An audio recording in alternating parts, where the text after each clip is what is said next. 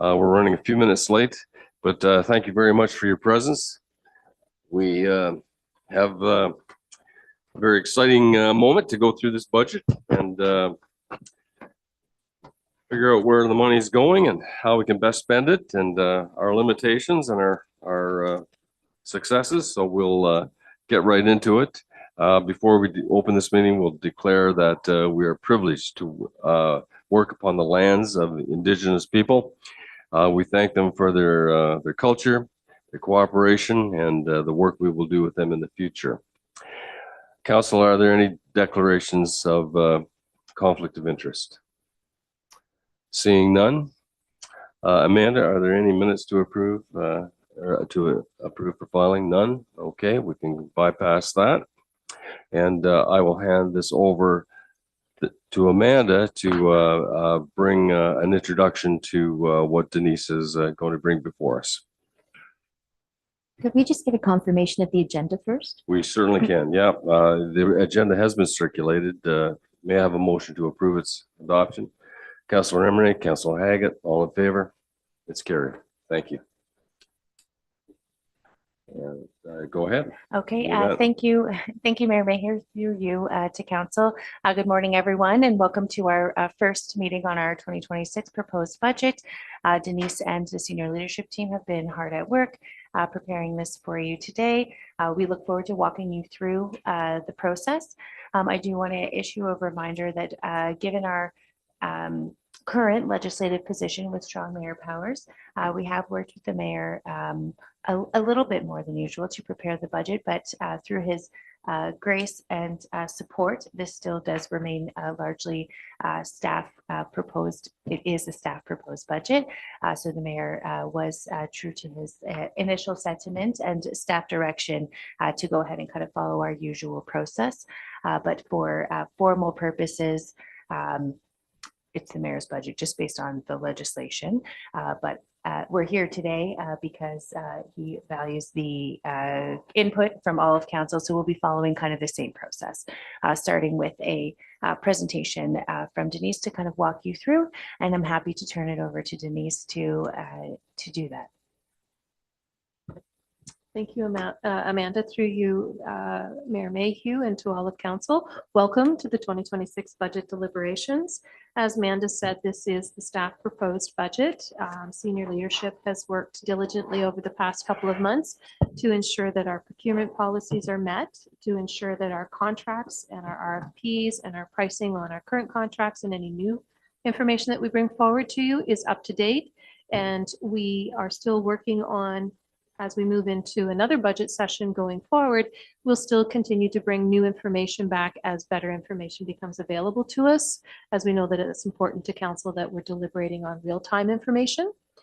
So I think we are following a process in which council has seen through previous treasurers in the past.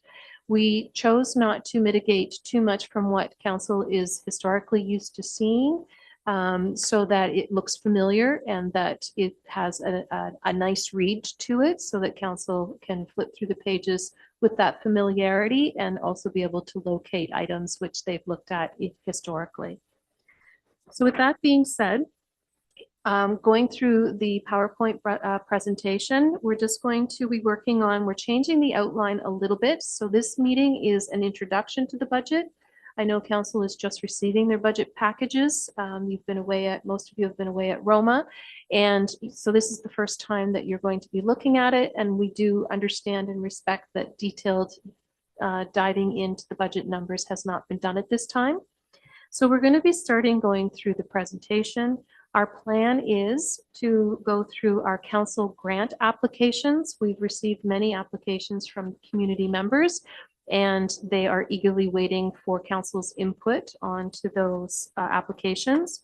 Then we're going to flow into the proposed capital budget. Staff has done a great deal of time, and as council knows, we are in the middle of multi-year capital projects, so it's important to highlight those capital projects where we stand. And then we're also going to bring forward the priority items in the view of senior leadership. And then we also have other 2026 capital projects that are required to be due. They have a sense of urgency. However, they may not be a priority for 2026 and can be looked at future years by council. Once we go through that, we're going to enter into the council discussion and comments for the operating budget, and then we'll set expectations for the next meeting. Going to the next page in the presentation, there's 5 steps that go into, well, there's more than 5 steps, but the 5 major steps that go into creating a budget is the base. We have the base, which is the cost required to maintain the existing levels of service. I like to call those in conversation, those are the items that are required to keep the lights on. Then we have mandatory legislation. We all know that legislation changes minute to minute, year by year, and it's staff's responsibility to make sure that they understand those legislation changes and those requirements to make sure that council, their level of service is always met at the minimum standard, and to make sure that the budgetary items align with those standards. Then we have additional costs that come through prior year expenditures that are carried over. Those will also be indicated in the discussions. The 4th step that we look at is growth. We look at where the municipality was last year and where is this year compared to the assessment growth, and where council would like to take it through their council meetings and deliberations. And then finally, we look at enhancements. What types of level of service council would like to see in 2026, and how they would like to improve level of service, change level of service, or redirect level of service. So that's a highlight of how the budget flows through. If we go to the next page, the 2026 property tax budget starting point slide. What's been highlighted there is a summary of all of the operating costs, including the capital works that are proposed by staff. Currently, we are proposing that the levy spending for 2026 is $8.356 million. Last year, council will be reminded that our spending level was $7.456 million, and that's an increase in spending over last year of $910,000, or in a percentage basis, we're starting at 12.21% in a levy increase. The levy increase is not what the ratepayers pay on their tax bills. It is not a tax rate increase. That is the dollars needed to be raised in order to operate the municipality. We then take the assessment and we apply the assessment growth to come up with the tax rate. But currently today we're talking about levy spending, and that's currently sitting at 12.21. I can report through MPAC, through the returned assessment, I can confirm that our weighted average assessment has grown by $34 million. So Southwest Middlesex has seen a growth of 4.78% year over year last year, which is fantastic. We're growing, and 5% is I think a very good index for Southwest Middlesex. And that what that will do is that council has the privilege of doing a couple of things with that 4.78. They can continue to allocate a percentage to reserves, or they can use that percentage growth to help reduce the tax rate.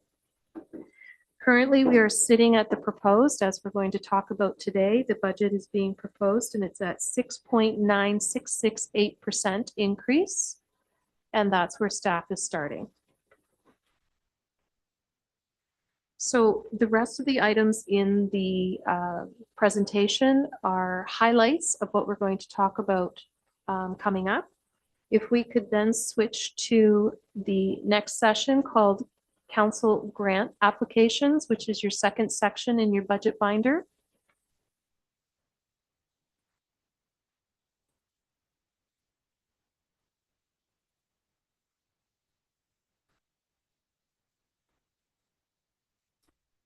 So council tasked staff to, in the latter part in the third and fourth quarter of 2025, to revisit the council applications for grants. We've sent out to previous folks who have applied for the grant application, and we've summarized for council in this table today with the folks who have applied, the amount that they're requesting, the name of the event or the reason why they're requesting it, and what they feel the purpose is. And we've summarized their proposal and how Southwest Middlesex could support it. So that's what you're finding in this. This is a new addition to the budget binder from 2025.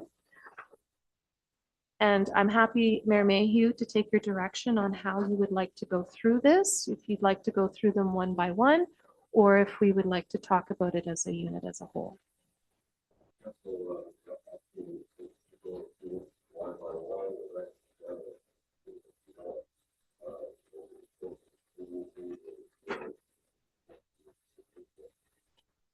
Just wondered if there's any new ones on here from last year.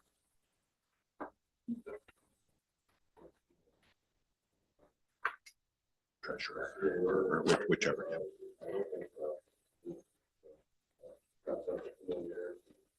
Yes.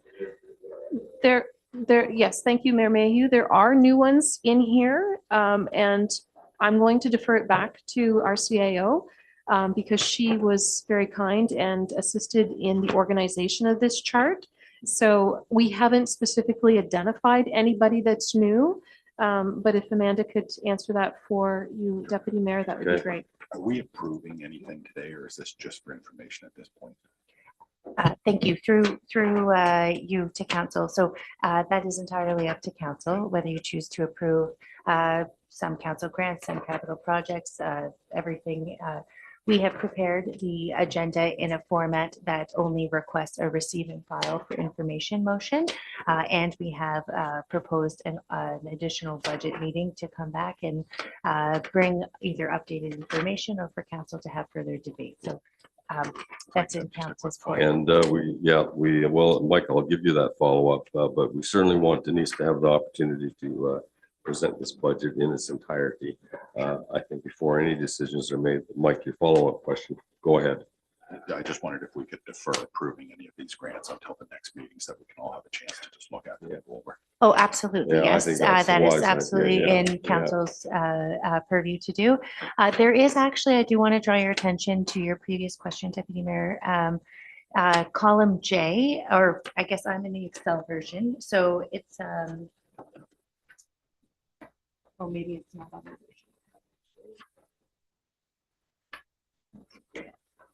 If I can, Amanda, they only have a summary. They don't have the columns on the other side where it was staff information. Thank you. So we did collect some information on whether certain applicants were previous recipients.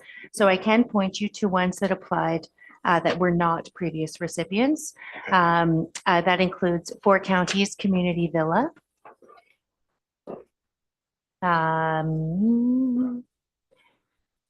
Glencoe District High School Alumni and Friends Association.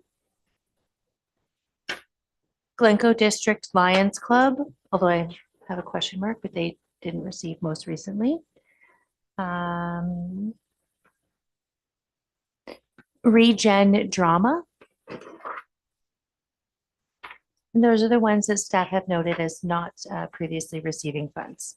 Thank you. Thank Thank you, you. Amanda. Yep, and just a reminder to council, we probably are I'm sure without a doubt, the largest philanthropist organization in the municipality. We give a substantial amount of money away to these organizations. Okay, go ahead, Denise, you can move forward. So in response, Deputy Mayor, to your comment, and I apologize, I should have made that comment at the beginning. So because council is just receiving their introduction to the budget today, 100%, it's not expected that anything is passed today or decisions are made. However, if there is a strong momentum to table a motion and for staff to vote on an item that is 100% in or 100% out, we would be happy to take that note. What would happen then is in our next meeting, I would update the information on any decisions made today so that we have better information on that tax rate increase or decrease for the next meeting. So don't feel that we cannot make decisions today. However, that's not the expectation of staff. It's to allow council as a whole to have familiarity with the budget and hopefully assist council when they're going through the budget in detail of not having multiple similar questions and that we can address the conversations.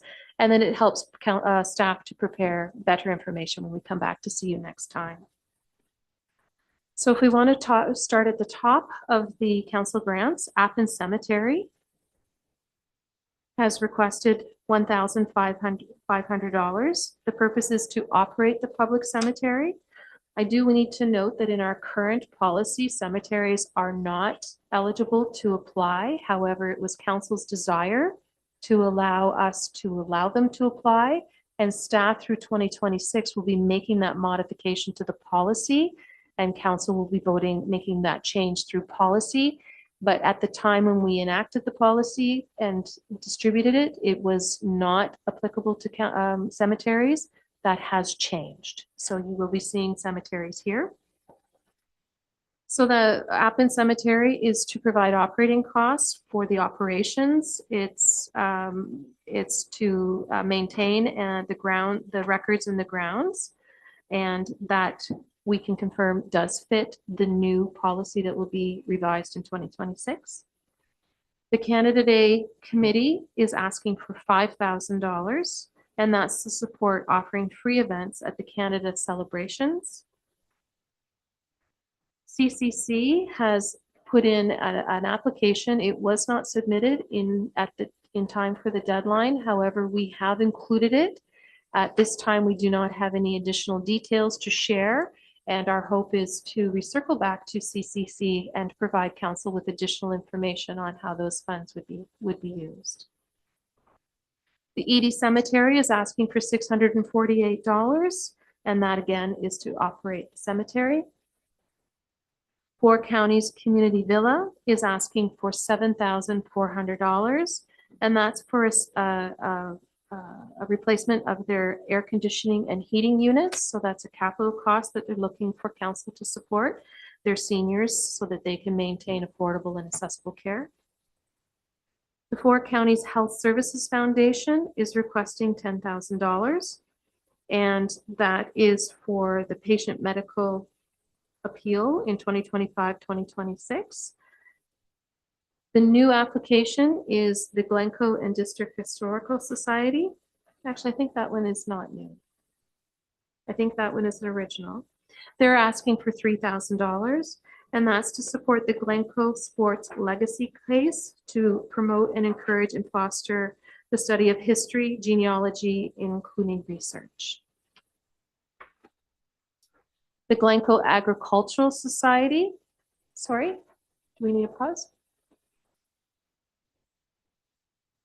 100%. So just on the Historical Society grant, sorry, Denise, I just want to note, council did approve a $5,000 grant to the Historical Society last year for the same case. You'll recall it'll be the sports case they're looking to install at the arena.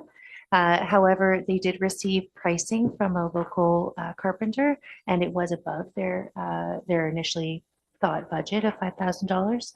So the updated $3,000 would go in addition to the money allocated in 2025 to that same project. Just for clarification purposes, I saw a councillor make Nope. we gave money to that. So just clarifying. Thanks. No, that's a great insert. Thank you, Amanda.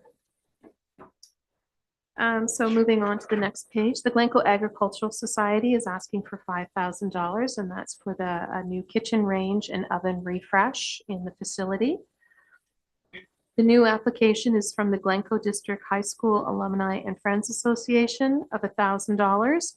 And in discussions with them, they're looking to be able to have more events where alumni can come back, and their comment was so that alumni could come back, it can create more family events, and they would be able to bring a business opportunity back to our local businesses through the increase in the reunions and the events that they hold. So they're looking at $1,000 to help finance their outreach. Another new application is the Glencoe District Lions Club. They haven't specified the amount that they're looking for.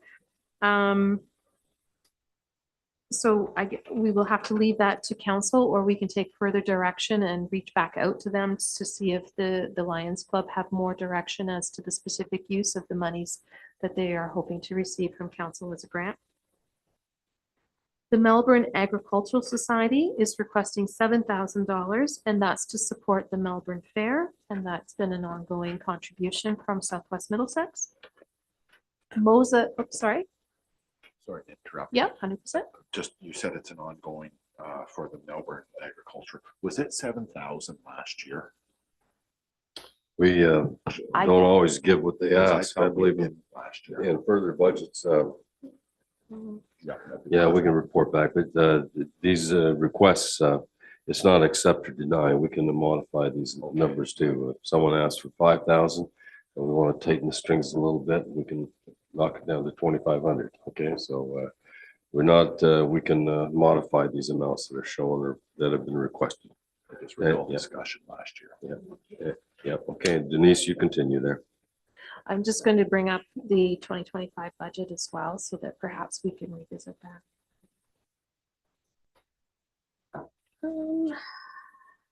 Mosa Central Public School is requesting $500, and that's for their healthy snack program, giving back to the kids at the Mosa Public School to provide assistance. The Murray Cemetery, again, has not specified. They're looking as well for a private family-owned cemetery, and that would as well be considered as an operating grant for them. The Northern American Martyr Cemetery. Did I say that right? Yep, you did. $600. That's the Roman Catholic burial site for, and they're again looking for that operational assistance of $600. Quad County Support Services has made the request of $2,000, and that's for their youth transition program. Quest Center has made a request for $3,500, and that is for activities. They serve the community with computer access and training, job information, and is a resource for folks that are looking for work. A new application this year is from Regen Drama. They're requesting $5,000. They have a production coming up called Beauty and the Beast, and they're looking for Southwest Middlesex Council support in order for that production to be successful. Lastly, we have Sunday at the Station. They've requested $3,000. And that is a series of 10 to 12 Sunday night concerts during the summer, which provides economic benefit to the downtown core. And they're also looking for support again this year. Any questions, further information that we can extrapolate on? Thank you, Deputy Mayor, please go ahead. Thank you, Mayor Mayhew. I just wondered if we received anything from Echo Central Public School for the nutritional snack program. No, we have not. Okay. But we could certainly reach out if that's council's wish, so that they could see if they equally have a healthy eating program similar to Mosa. We could certainly reach out. Perhaps they didn't realize that the application was available, or maybe they didn't realize that it fit that program. I know Gary McNaughton used to be heavily involved, and he's not anymore. So I don't know who's looking after it. Yeah, council, or I'm sure council are aware of that, and that can I think when we go through this, I think we certainly have to identify those most in need and the contributions they make, and the healthy snacks are certainly an important part of the organization. Funding, is there any funding from the province coming forward on healthy snacks and things like that? Are you aware? It wouldn't be to us directly. It would Okay. go straight through to the school Yeah, to boards, the and then the school, school yeah. boards I would think- manage that. Yeah, I think it's Mayor. been certainly talked about, and I think the Ford government may have provided that. We can check into, I can check into that.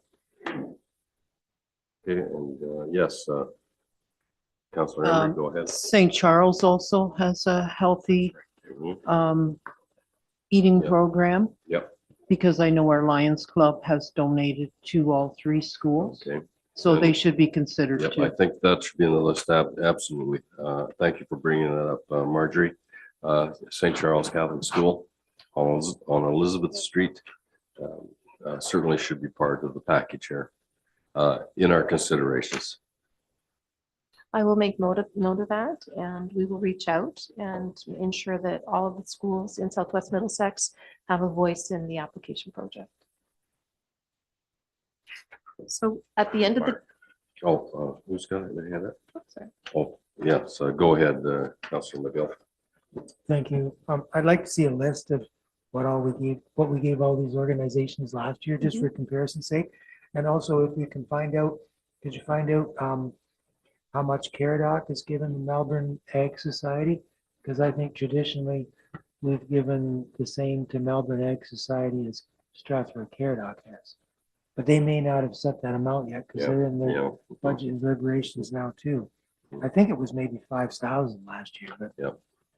And also as far as the cemeteries go, I think for a long time it's been our, I don't know if it's a policy really, but we've given them a percentage of what their insurance costs.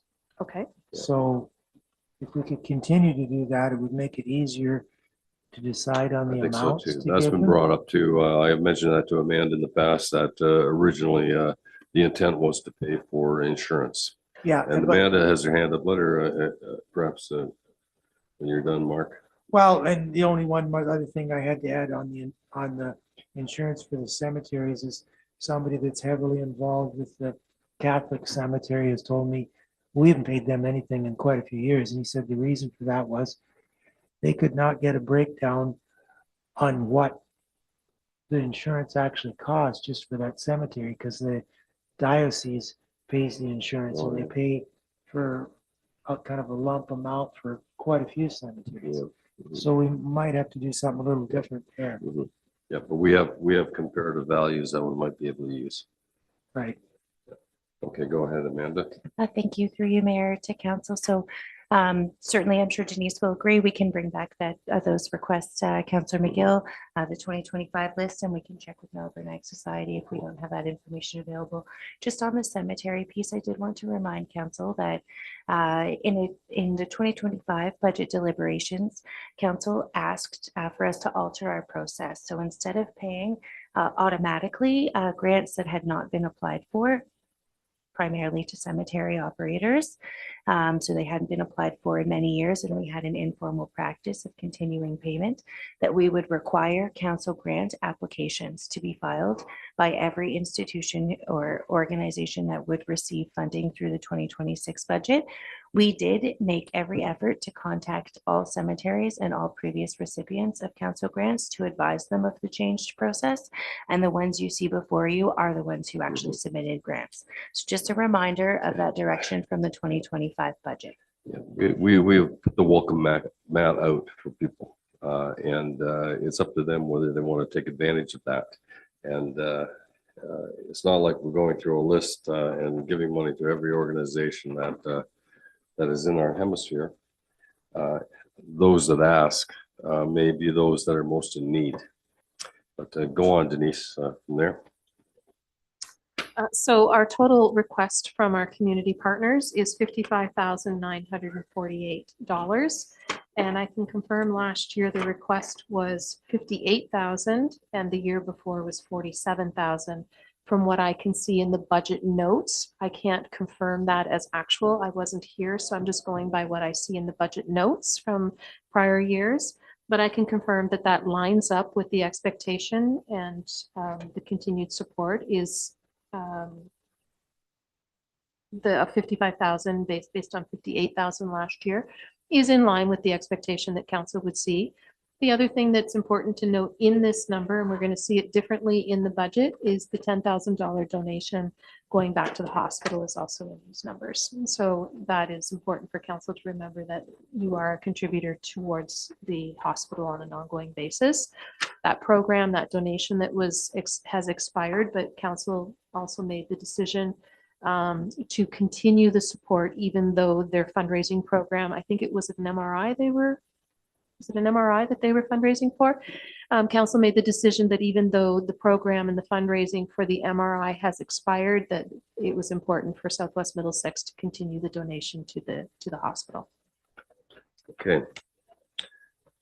Council, we've gone through that in detail. Can we move on during the presentation? And we'll take these home and do some studying on them. But I want to just advise every member of council that look at these numbers. We can refuse the donation, or we can modify the donation. And I'm a strong proponent of modifying some of these from the chair. But we'll address that when we come to it. Denise, if you can take us through chapter 2 here. Perfect. Can I insert just one more comment, Yep. Mayor Mayhew? While council is doing their deliberations, please don't think that you have to sit quietly until the next budget meeting. If you have a question, comment, or would like additional information, please email our CAO, Amanda, or myself, or if you could copy both of us, because what's important to staff is that we bring back better information to the next budget meeting, and we wouldn't want you to sit and think that you have to wait a couple of weeks before your voice is heard. We will actively gather that information as council members request it. Okay. So if we move to section 3, capital budget, you'll have to turn your budget binder a little bit. I don't know about you, but my eyesight is not what it used to be. So I took the privilege of making this a very large spreadsheet, mostly selfishly, but I hope it benefits council as well.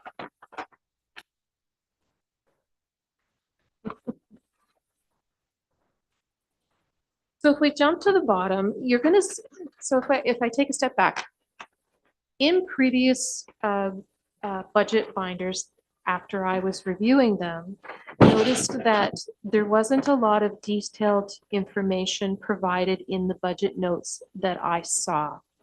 So one of the things, capital spending is the largest portion of spending where council is going to direct their decisions on deliberations of how projects are going to move forward and which projects are done.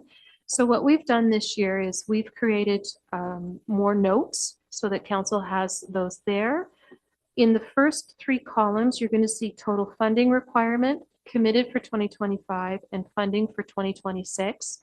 Those are also additions where when we have a multi-year project, if it's a project that is in its 3rd year, it's difficult for us to remember what was decided 2 or 3 years ago. So we brought forward the multi-year projects.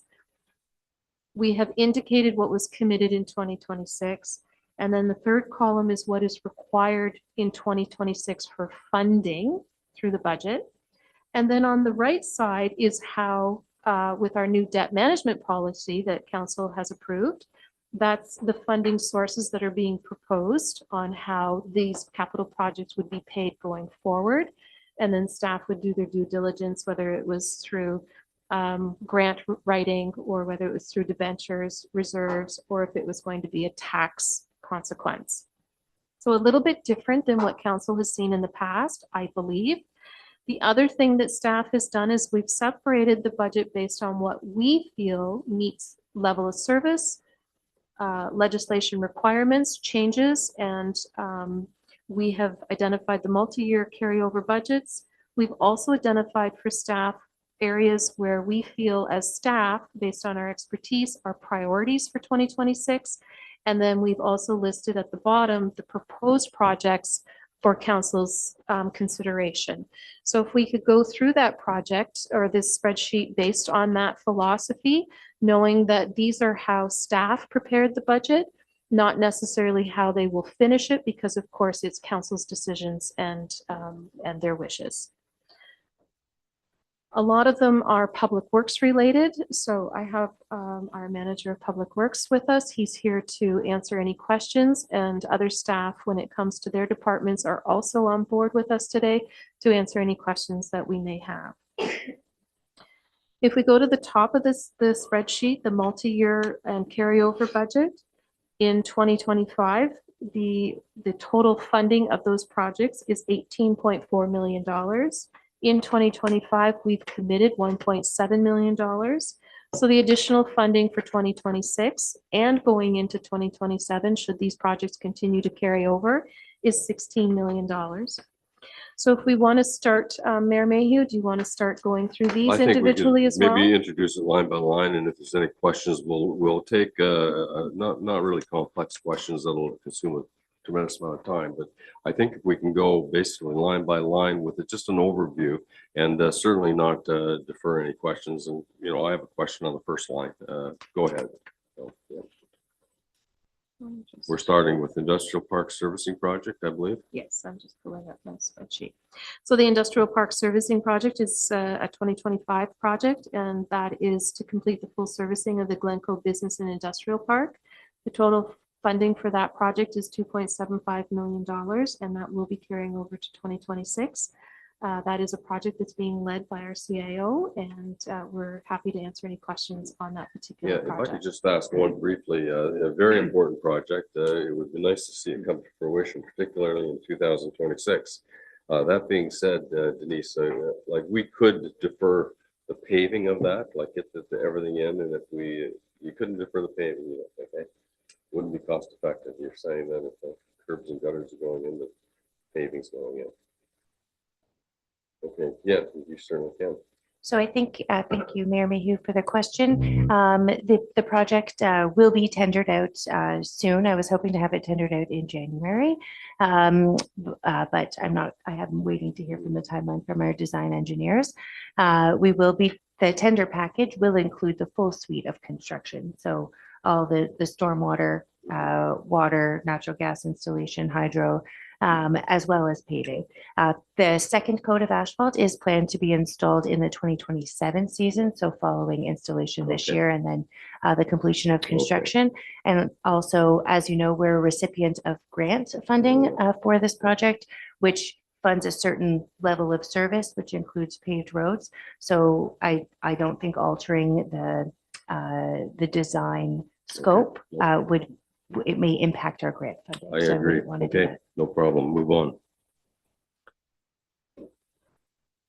Moving to the next line, project 25-4. That is a project that was started in 2025. That's the storm rate water study. That is something that I have the privilege of leading and working with staff on. It was not completed. It has not been completed in 2025, and will be recommencing with Watson and Associates to complete that study in 2026. We have time set aside starting in February, and that project is simply just a carryover from the 2025 approval. Project number 25-5 is the replacement of truck 9, the 2008 tandem. That as well was approved in 2025, and it has been ordered, and we have paid a deposit on that, and we're expecting delivery in 2026, in the spring of 2026. Any questions on that particular item for carryover? Don't see any hands. The next line, project 25-7, bridge and culvert improvements. That was a $510,000 budget that was approved in the 2025 budget deliberations. In 2025, we were able to complete $189,000 of that, and there are no additional planned 2026. However, the projects that were not completed in 2025 will be completed in 2026, and we're anticipating that funding of $339,000 to be used during this year, and that would be proposed as a debenture at the end of the project. Thank you. Moving to project number 25-6, the lights for the ball diamonds at the arena. And we can report that late in December, our manager of recreation and facilities we received the lights, and they are on site, and that was paid for in 2025. And we now have the spring updated cost of $16,000 for the installation of those lights. And then once the project is complete, that would be consideration for debenturing or from reserves. Yes, go ahead. Yep. I thought we tendered that out last year, lights for the ball diamond. It was supposed to be done in the summer, and then it was supposed to be done in October. but it was just like for one ball diamond. Yes, sir. I'm going to ask our manager of recreation services to answer more details in regards to the timelines and the reasons why the project was delayed. And you are correct, it was approved, tendered, but there were delays in receiving the lights, and that's where it's brought us today. But Kevin Miller is happy to answer any more detailed questions for you. Kevin, can you address the question at this moment? Absolutely, yeah, through you, Mayor. It is set for, it's on their schedule now for February 2nd. The lights did not arrive until the second week of December. So that's the issue they were still dealing with because it's coming from the US. So they're dealing with border issues and everything else with the shipping of it. So now they are on site at the electrician's business and they're set to install for February 2nd. Okay, that's good. We have the product. We got to proceed with the installation. Okay. So can I have a Yep. follow-up? Follow-up by all means, Mark. Go ahead. But we tendered it out. So why is there an extra amount needed? Great question. So what we've done in the capital budget this year is we have included the carryover budgets to remind council that there is additional spending required in 2026. So the monies will be accrued in the financial statements for this carryover. However, the cash expense for the procurement, for paying for the procurement, will happen in 2026. So the total budget was 68,000 that was approved by council. However, we are going to require the $18,000 to be accrued from 2025 and moved over to 2026 from a cash management perspective. And then once the project is completed as deliberated in 2025, there will be a financing source of $68,000 estimated for that project. So it's not a new project. We're simply highlighting the projects that council will continue to hear conversation about at council meetings in 2026. So we wanted to remind council at this time that the projects are still active, still open, and it'll still be part of our conversations. Good. That's good. And just by remind council that once those lights are installed, Kevin, I'm sure you'll agree that will cover those lights. We'll get numerous years of that investment. So, you know, just a reminder that, you know, financing is important because, you know, if we get, you know, 30 years out of those lights, you know, debenturing it for 20 may be acceptable. Okay, continue on.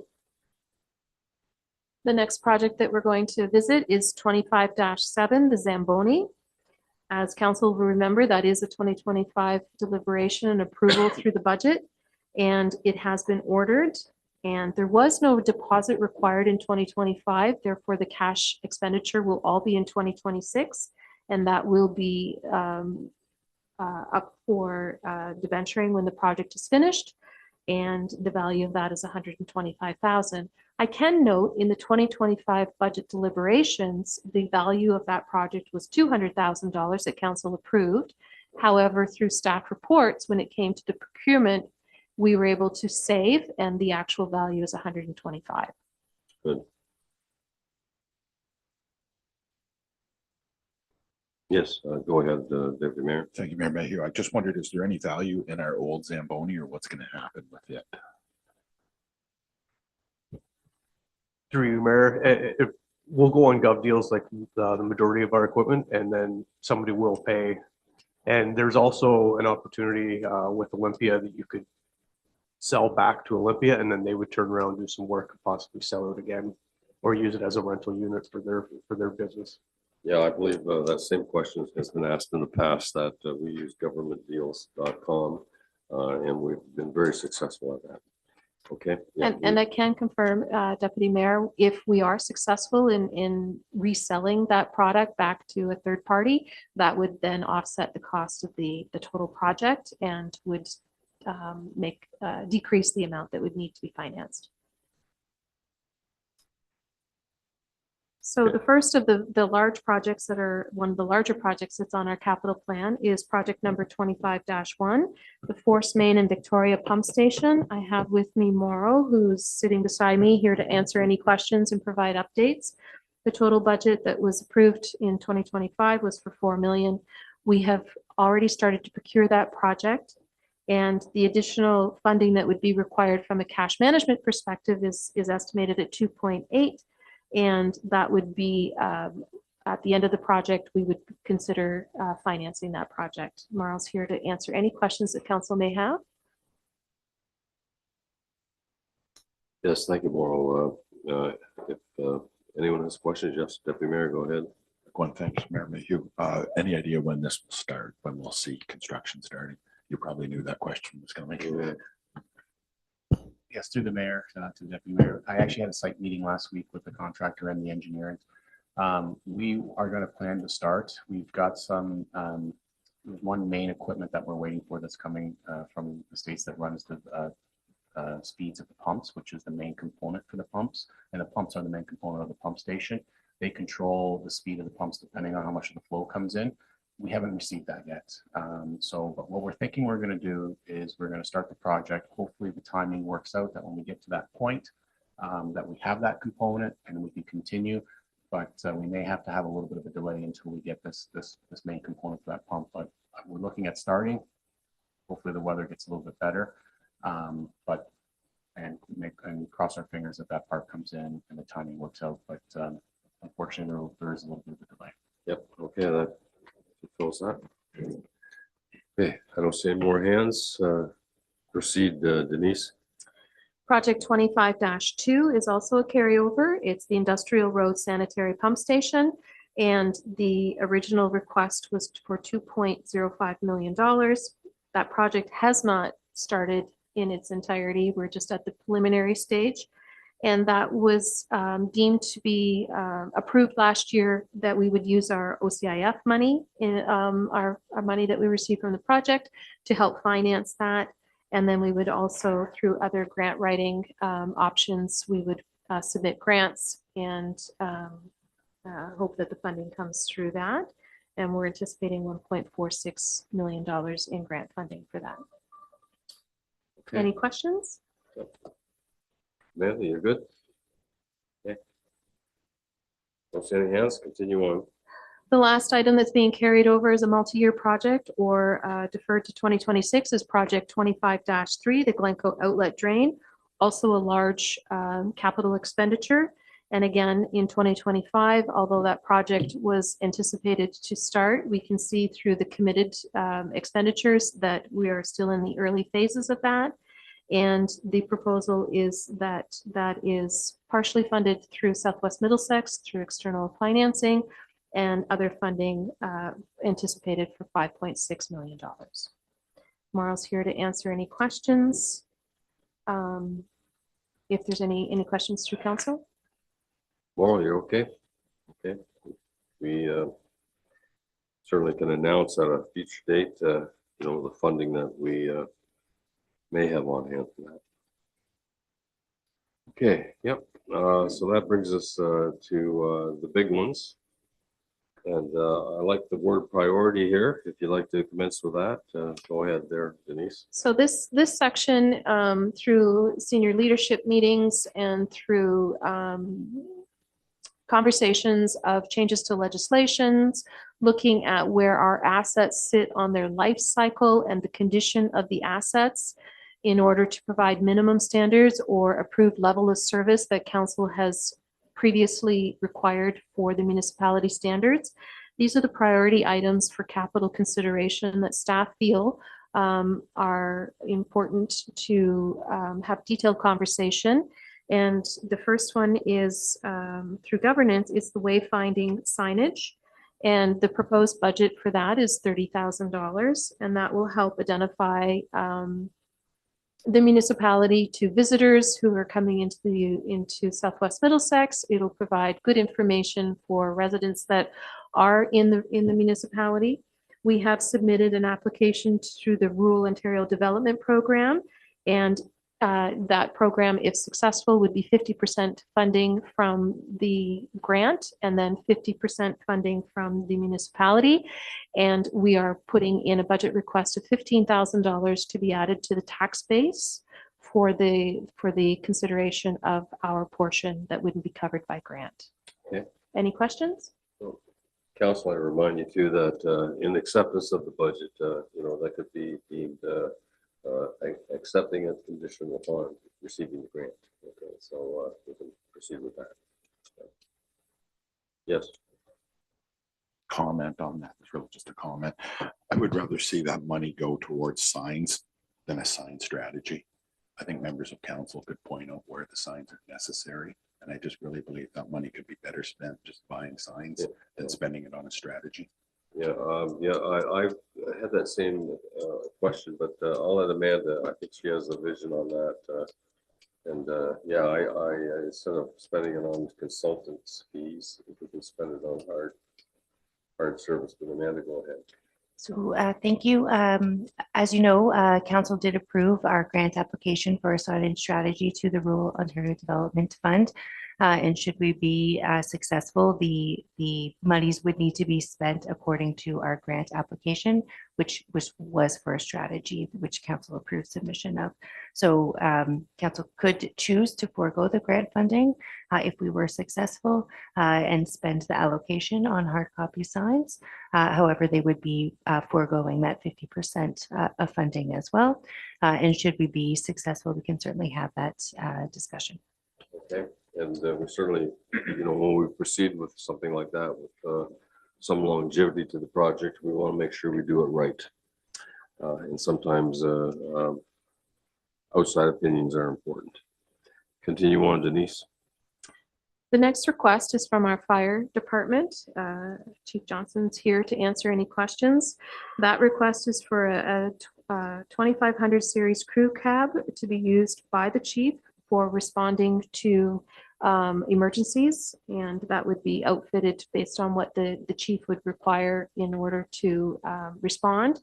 Currently, the fire chief is using his personal vehicle, which provides different levels of risk to the municipality as well as to personal property of our fire chief. It also isn't identified or tagged with Southwest Middlesex emblems, logos. Thank you. I'm thinking, what's the word I'm looking for? Thank you. It's not also branded with our logo, so it would be harder for someone to identify when it is on site and when it is responding to emergencies. The request for that is $120,000, and the funding for that would fall into our new debenture or debt financing policy. And currently it is identified because of the value as the debenture. However, if council was to approve this budget item, staff would work diligently to make sure that the amount could be lower. We would look at options. We'd bring back to council different options that could be outfitted on that particular vehicle. And at that time, we could also look at strategies on how that could be funded. And at this time, we don't have it coming from the tax base. It would be strictly based on funding either through reserves or a mechanism, perhaps a lease or external financing. Chief Johnson is here to answer any questions based on the budgeted ask and the requirements that would be needed on that particular vehicle. And to reiterate, there'll be additional, if that is approved, certainly staff will endeavor to get best bang for the buck there. Yes, Councillor Myers. See your Yes, thank you, Mayor. To Gary, I know we do need this vehicle for your fire department, and I know it says here a 2500 series. We could probably go. We could go down to an F-150 or something a little smaller, maybe cut down the cost. Just my opinion. Yes, yeah.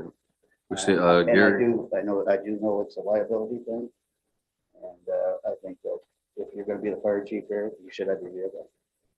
Yeah. Any comment, Gary, on that? Is it their weight? Are you putting equipment in there, or is there some weight to considerations? Yes, thank you, Mr. Mayor. Through you to Ed and to yourself, I can speak to that.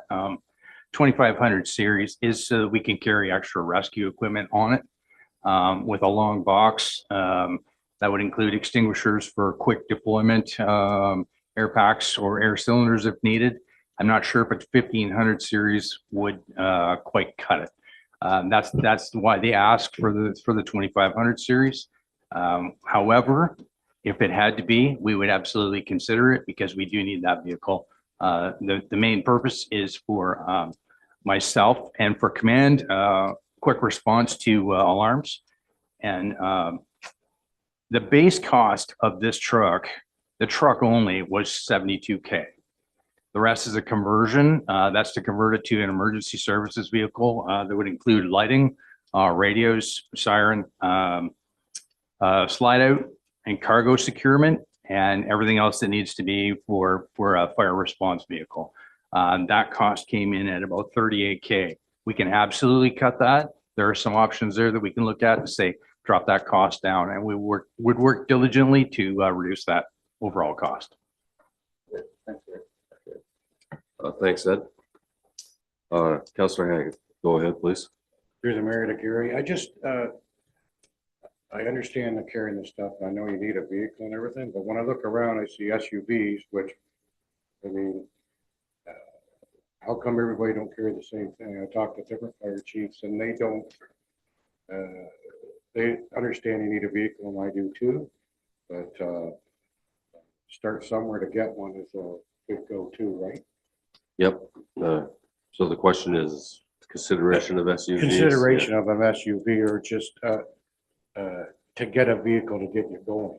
Yeah. Okay, Gary, take a shot at that.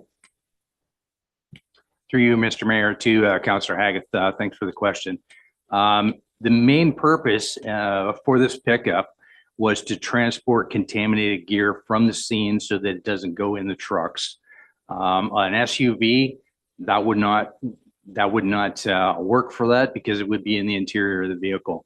That was a recommendation that was identified in the master fire plan of 2022, and that was the reason for the original ask in 2022. That's the real reason for it. We're not allowed to transport contaminated gear in the trucks. Right now, we're transporting that in personal vehicles, pickup trucks in the back. Yeah, okay. We've got it. That answers that. Yeah, I think, you know, whatever vehicle you choose is the one you can get the most use out of. And I see you put some thought in that. Councillor McGill? Yeah, to Gary, would this be a two-door truck? You mentioned an 8-foot box, so I'm thinking it's probably a two-door, but I don't know. Through you, Mr. Mayor, to Councillor McGill. No, it would be a crew cab. And the reason for the crew cab is because quite frequently to get our crews to remote locations where the apparatus can't go, we use my pickup. And that's basically you put a crew in that pickup, drive across the field or wherever it needs to be to get them where they need to be, either to pick up patients or provide assistance for rescue. Okay, again, Gary, thanks for that. You've shed some light on that. I think we can move on. Denise? If I could just add one more comment for Councillor Haglith on the financing side. And of course, when it comes to the decision of the particular product that's procured, one of the things in conversations with the fire chief is this vehicle will not need to go into the normal recycling program that we have for our fleet. So it would be anticipated that this particular vehicle would suit the fire chief and future fire chiefs and the municipality for probably 10 to 15 years. There wouldn't be high mileage on it, but due to the equipment that is specialized, we would for sure, if we were to change the if we were to, in a couple of years, say, no, we do need to go to a larger vehicle. And if we went with a smaller vehicle, we would perhaps lose the amortization of driving it off the lot. So there is some consideration for council with the length that this particular asset is going to stay on our books. It's not something that we're going to be finished with it in a very short years. It will be a long-term asset, and perhaps the investment of the capital cost now over a longer amortization period might outweigh of going to a smaller vehicle. Just my thoughts. I don't even know what this truck looks like. And when compared to an SUV, that would be between council and the chief. But when it comes to financing, we do plan on keeping this particular asset on our books for an extended period of time, rather than just amortizing it over 5 to 6 years. Okay, thank you. And we'll proceed with your next line. So the next project for council's consideration is item 26-3. That is to the Trillium landfill. We need to negotiate, and Morrow has been negotiating through a private agreement to install a monitoring well on that particular site. And the cost for that is estimated to be $50,000. And Morrow is happy to answer any questions in regards to that agreement and the status of that project. Yeah. Russell? It's there for consideration at a future meeting. Morrow, any comment at all on that? Just so that I can add, this is a ministry requirement under the closure plan to install this monitoring well on that private property. We have already got the easement agreement on that property. So once weather is permitting and council approved, then we'll proceed with that project. Okay. All right. Amanda, would like to add anything more to that? You okay? All right, thank you. Just checking. Okay, then we're looking at another truck here, Denise. So the fourth item on our priority list is T2. It's a single axle truck. This is a replacement in its life cycle. The vehicle is 13 years old, and for the past 3 years, we've spent approximately $57,000 on repairing this vehicle. And in conversation with Morrow, there are costs that have come transparent to us even in January that would have to be done on this particular vehicle. It is time to replace it. It is a priority for the Public Works in order to perform minimum and our council approved level of service. And the project value for that is $465,000, and that would be considered as external financing when the project's completed. Any questions? Okay, yep, we big bucks for trucks. Okay, I think we can get by with that one. Let's go to the next one. We have another truck for consideration, project number 5 for 2026. That is a pickup truck, and that is a replacement in our life cycle in our assets. And that is our road patrol truck. It is 11 years old, and over the past 3 years, we have also seen an increase in the repairs and maintenance to that vehicle. And due to the high mileage, when it does do patrol, it is an asset similar to, unlike the truck that we talked about for the fire department, the mileage on that is considerably high. Therefore, the asset's going to deteriorate faster, as well as the fact that in winter conditions, it is meeting more of the environmental ice and snow and salt and conditions of the roads. It's also going to contribute to the repairs and maintenance needed on that. The estimated for that particular truck is $75,000, and it is proposed that once our new debt policy and our reserve policy is fully in gear, that would come from reserves. Any questions? Yes, Councilor Hagan, go ahead. Move through the mayor tomorrow. You ever think about diesel engine? Through the mayor to council, absolutely. I would love to do a diesel engine on the patrol truck, but they are at a greater price. And we can certainly look at that with the money that's allocated to see if we can even get that. Because I know the pickup, we put 500,000 on it. No problem. And those diesel motors are a good motor. Right. Okay, good point. All right. Continue on, sidewalk replacement. Sure, that's project number 26-6. That is a AODA requirement, and it's an annual allocation brought back again for 2026, and the value of that is $150,000. And currently, we have that sitting as a debenture. However, that would be a great program that would fit into our reserve replacement program and financed through reserves. Once the project is finished, I will bring back considerations for council on how to finance that project.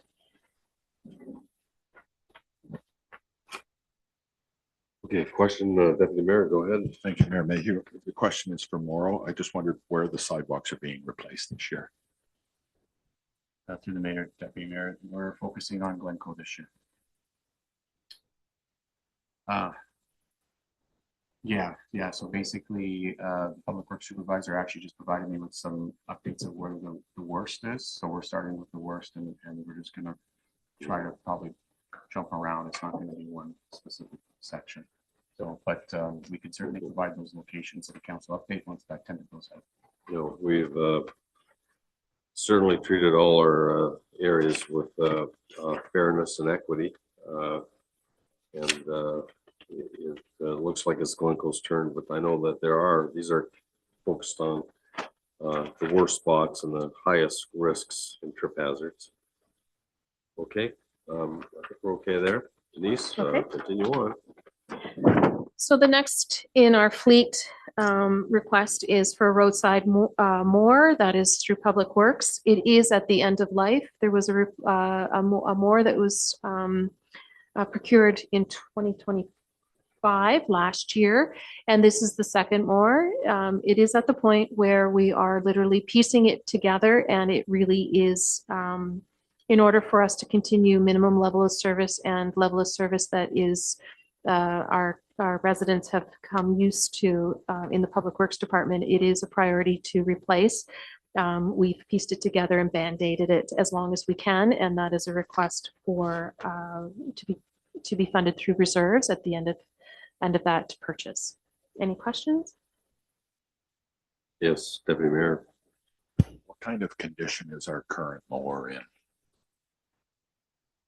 So just through there, Deputy Mayor, it's at a state that the previous mower that we replaced, we kept in the backyard, and we're pulling parts off the old one to keep this one going. So it's out of, This is the roadside bush hog we're talking. this is the roadside mower. So we've got two. One we've just got new, and we're looking to replace the other one. We're pulling parts off the one that we got rid of just to keep this one rolling. So it's getting to a point that we're running out of parts for it, and that we need to replace it. They're both used at the same time. Absolutely is. Yep, go ahead, Mark. Yeah, through the mayor tomorrow. So how old is this one you're proposing to replace? I can find that information out. I don't have that with me right now, but I know we've had it for quite a while. I can look into it.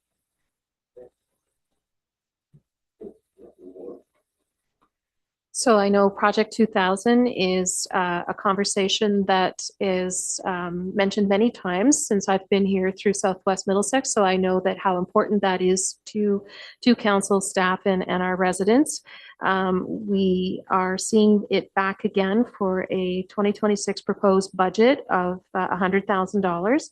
And I'm going to, we currently have it in as a tax-based request. However, I'm going to allow our CAO, Amanda, and our Manager of Recreation and Facilities, Kevin, to answer more detailed questions as to what's going to perhaps transpire in 2026 through grant funding, through fundraising, and how that $100,000 tax implication request may decrease. I would propose from a financial perspective that we, if council was to approve it, that we keep the $100,000 in the budget. And if we are successful in reducing that, we then allocate it to a reserve for future projects over at Project 2000. However, I'd like to defer it to Amanda and to Kevin at this time to answer any detailed questions that council may have or provide higher information.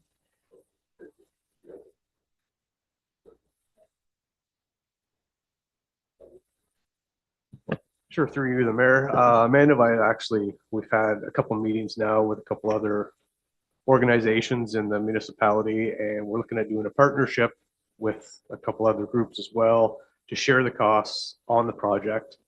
I have been told by one that they have already ready to submit some money towards it, and the project is more now the toilets and everything else. Everything is aging, and we need to start bringing some of the stuff up to AODA compliance inside with some of the toilets. Obviously, there need to be raised seats and then new grab bars, and all the cubicles, they're old and worn out. The doors are busted. So for us to, I guess, kind of welcome people from outside of town, and they come to use our facilities and they come and see this, it's not a good look. And then with the baseball tournament that is proposed to be coming this summer, I think it's a big thing that needs to be done. There will be a lot of people using that facility come August, and it's kind of on a world stage, this tournament. So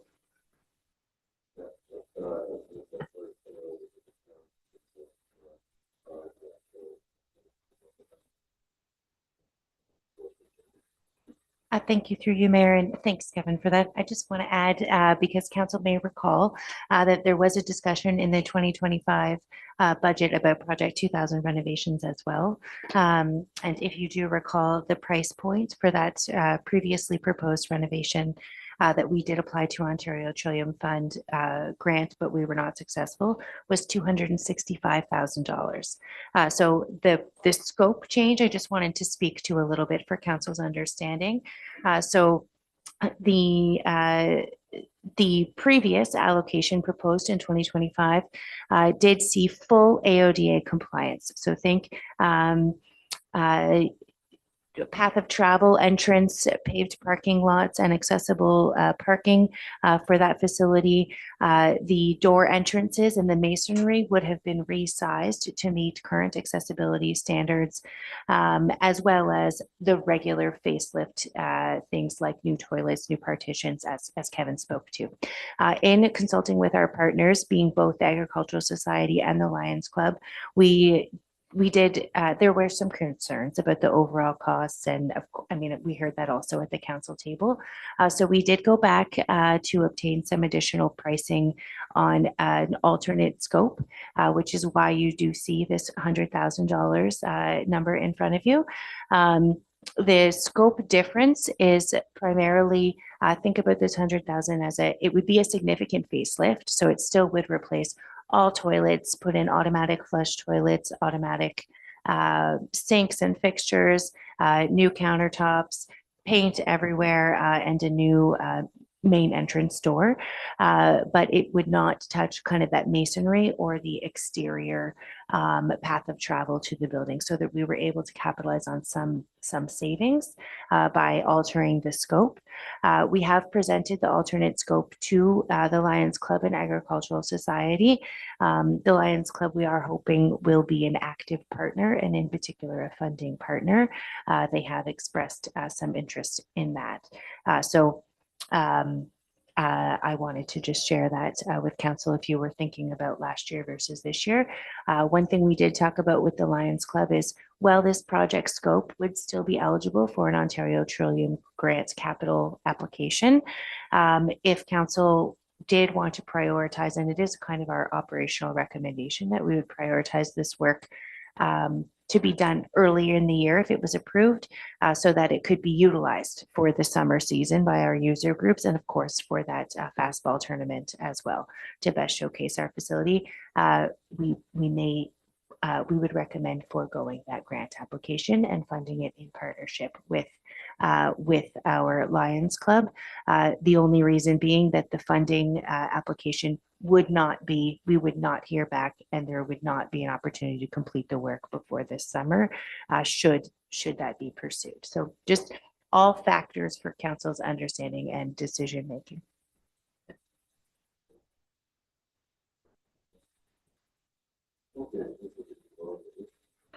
Thank you, Mayor Mayhew. Just a suggestion. I'm wondering if we could roll the widening of the accessible sidewalk into the Glencoe sidewalk replacement and maybe save a few dollars that way. Just a suggestion.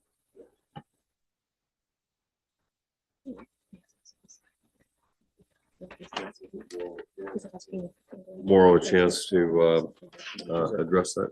Yeah. Yeah, that's definitely something we can look at. All right, continue All on. right, we're going to move to facilities next. So the first facility conversation that staff would like to have with council is the Wardsville Fire Station. It's been identified as a health and safety need, and there are other facility recommendations that are proposed for the fire stations. However, there are two that fall into the health and safety and bring it a little bit more as a priority for council to consideration. The first one is the diesel exhaust fan, and the second priority is the drainage work around the building. And I have Kevin and Chief here to answer any questions. That is being proposed to be a tax consideration, and due to the dollar value of the project. And happy to answer any questions in regards to how it does not meet our health and safety requirements or the scope of the project as a whole. I have Kevin and the chief here to answer any questions. Yep, okay, council, we know there are some shortcomings in that building. And we also know that the consideration of investing in something that we may not own at one time too, we may get rid of it. So that'll be I'm sure, an intense discussion with council. Any questions? Oh, yes, Mark, go ahead, please. Yep, so through the mayor to Chief Johnson. So is this the drainage work? I know there was drainage work there that we talked about doing like quite a few years ago, and I don't think it was ever done. It was when Chief Hansen was here, and it was not really in the building, it was outside the building to provide drainage, so when water comes off that big hill behind the fire station, it would, you know, it'd be It's a diversion. I a think, tile, yeah, a tile taking it out diversion, to a yeah. storm sewer in front of the fire station. Is that what we're talking about? Through Mr. Mayor to Councillor McGill, thanks for the question. That is absolutely the case. That work was never done. Currently, when it does rain, because of the lack of eaves troughs and drainage there, water comes right through the station and lays there in pools in the back, and that's where the generator sits. It's a huge problem. So yeah, we tried to resurrect that, and it needs to be addressed one way or another. I think so. Yeah, it is certainly a problem. Yes, Deputy Mayor, go ahead. Thank you, Mayor Mayhew. I recall when this first came before council, this was the impetus to put up a new hall in Wardsville. And I would rather see this money going into a new building instead of putting Band-Aids on this old thing that we're going to get rid of anyways. Like this is $100,000.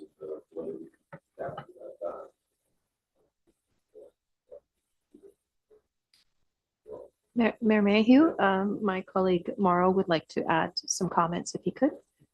Yeah, through the mayor, just kind of want to jump back to Councilor McGill's question because I got an update on in regards to the mower. It's 21 years old. It was an 05.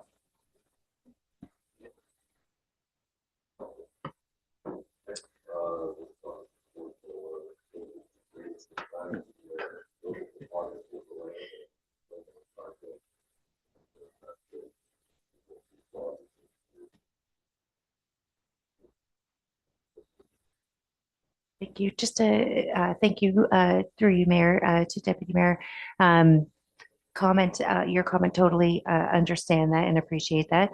I think we felt in the budget preparations process, though, it was important that council understand that the operational challenges with the existing Wardsville Fire Hall continue.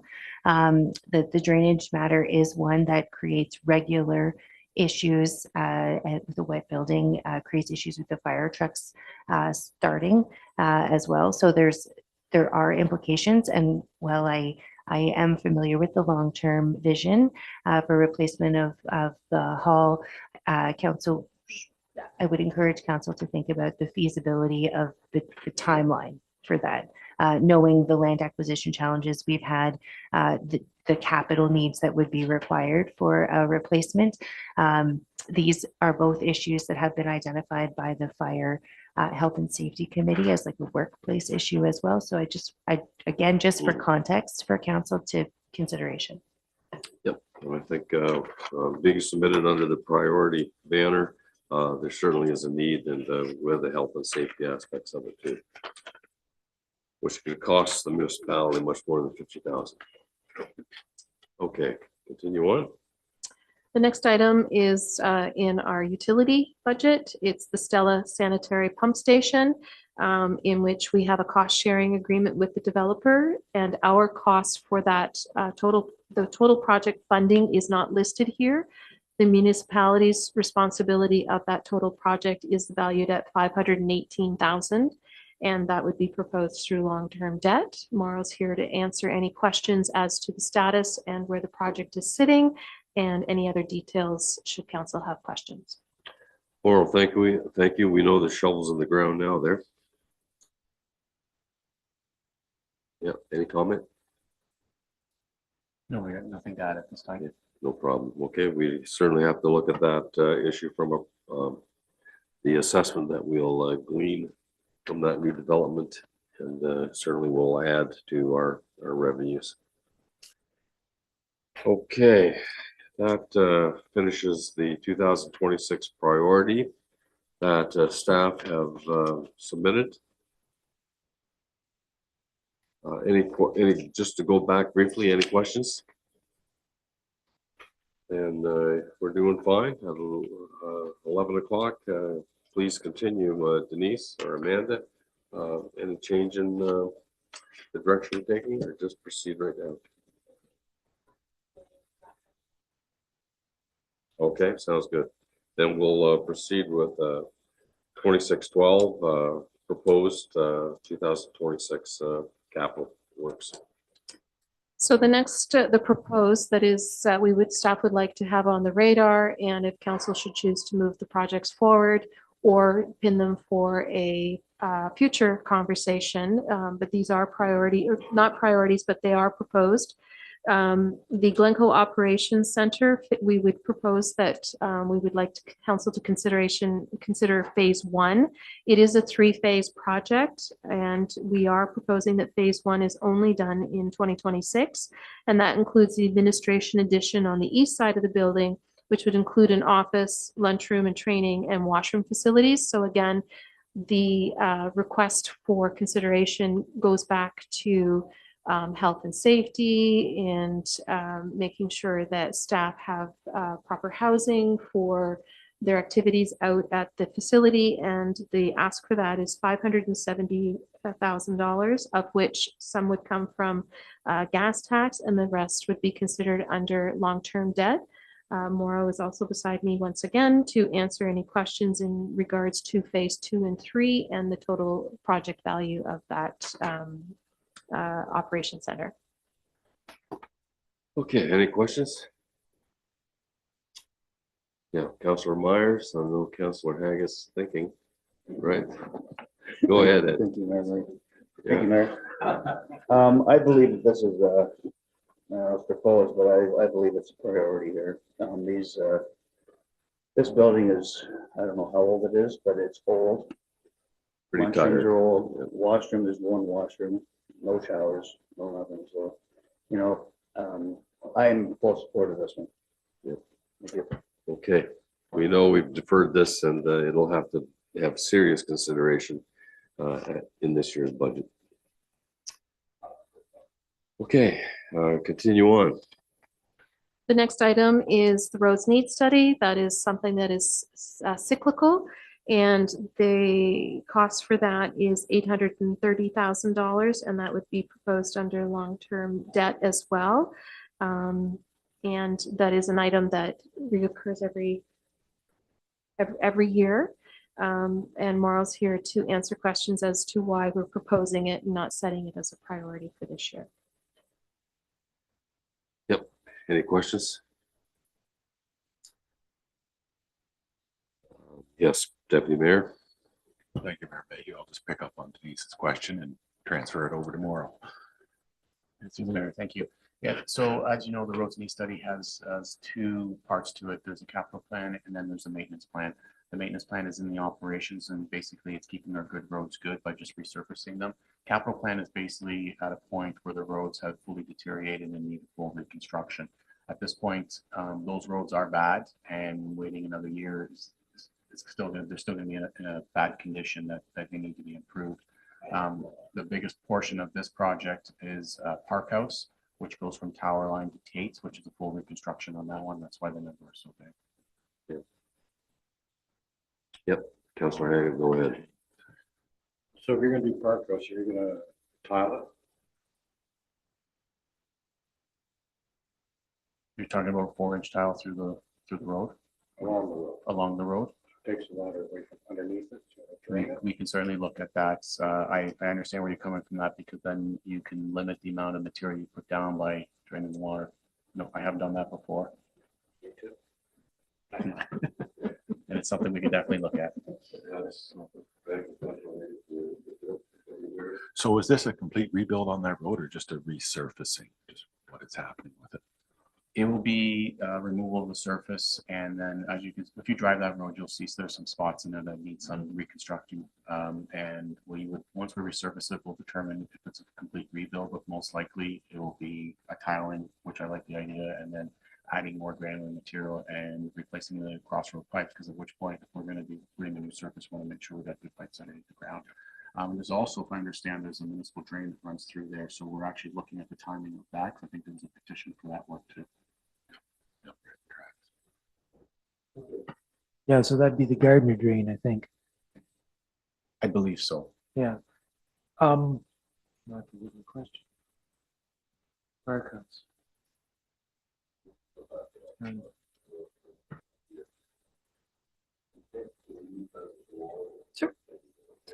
So I'd Oh, like, now I remember. Sorry about that. I know last year we had Middlesex Center do some work for us. Would you be thinking of maybe doing that again in this case? Through the mayor to Councilor McGill, the Middlesex Center did the tar and chipping. The road need study actually suggests asphalt. So we would have to get an asphalt company to come in and do that. Yeah, with the total traffic volume on that road, they're recommending an asphalt surface.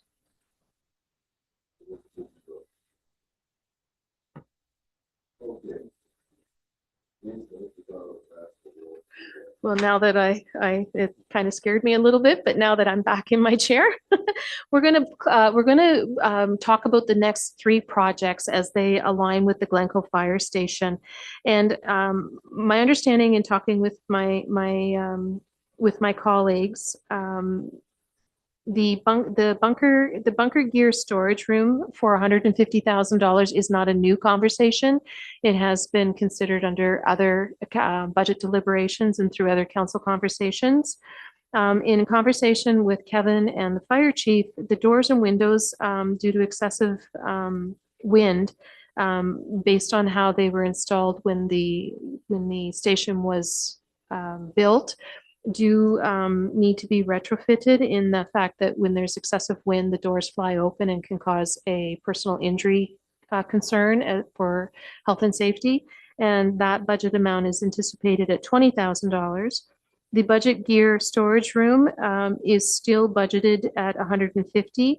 The importance of that is that it is identified in the fire master plan, and that aligns with our requirements through level of service and ministry standards for firefighter cancer prevention, and therefore we don't want to lose sight of that.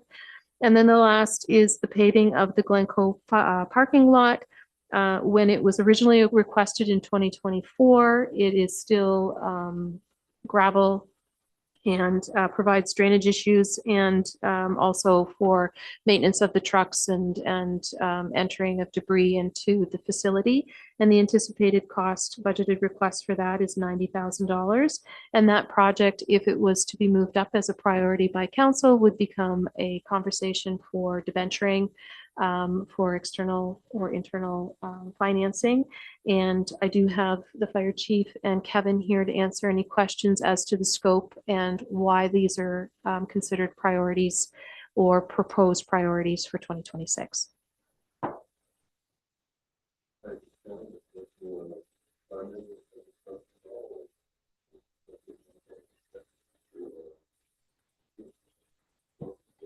Thank you, Mr. Mayor. I'll speak to all 3. They were all identified as master fire plan recommendations. That's where the base starts from.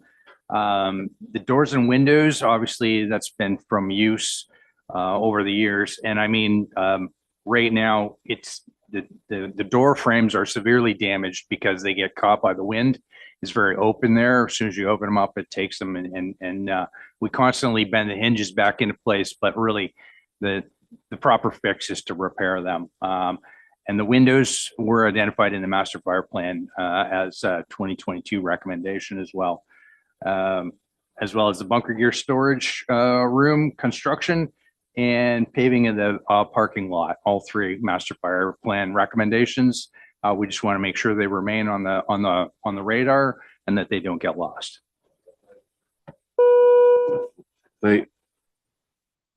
Thank you very much, Chief, for that. Council, we certainly know there's several things the fire department have asked for here. bunker gear storage. We know the carcinogenic effects of bunker gear. And it may have to seriously be looked at, but we may have to prioritize the chief's request to see what's most important and if there can be any moving of the requests. Yes, go ahead, Councillor Haggett. Just, what year did the new fire hall go up? I just forget. Gosh, it was, yeah, 2011. Yeah. We took possession in 2011. 2011, we took possession. It was constructed in 2010.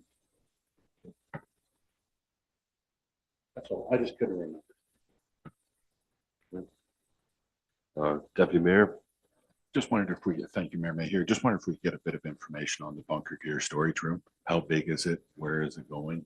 Why does it cost 150,000? The HVAC will have a lot to do with it, but go ahead, Chief. Through you, Mr. Mayor, to the Deputy Mayor, to answer your question. So it would basically be the same length. It would finish up. If you're familiar with the inside, there's a mezzanine storage area on the north side.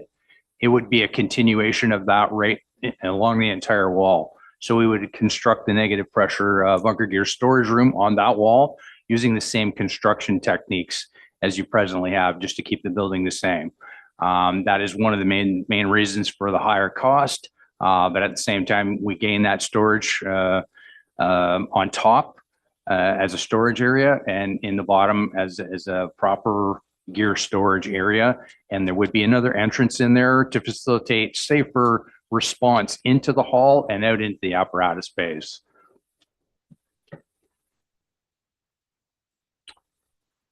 Okay.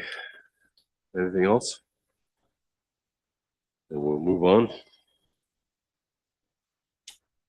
Yes. Okay, we certainly can. Yeah, yeah. It's 11:10 almost. So perhaps council, what time would you suggest? 50? Okay. Yeah, 10-minute break. Chair will allow a 10-minute break. We'll reconvene at 11:20.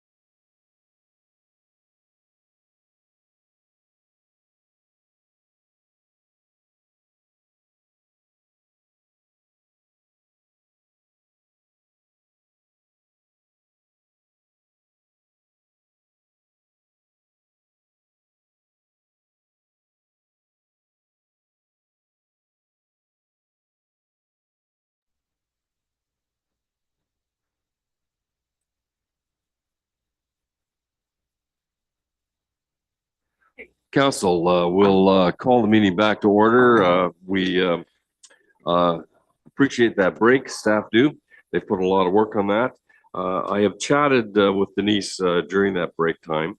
There's a lot to go through on this. She's going to compress the presentation a little bit, but I can assure council that we will take every opportunity for discussion at future meetings on this. So what we're going to do, she's going to take us on a quick journey through to the tax rate increase, and she'll compress this, and it would be, I don't know, I would hope from the chair's perspective, if we could get out around 12:30, I think I'd appreciate it.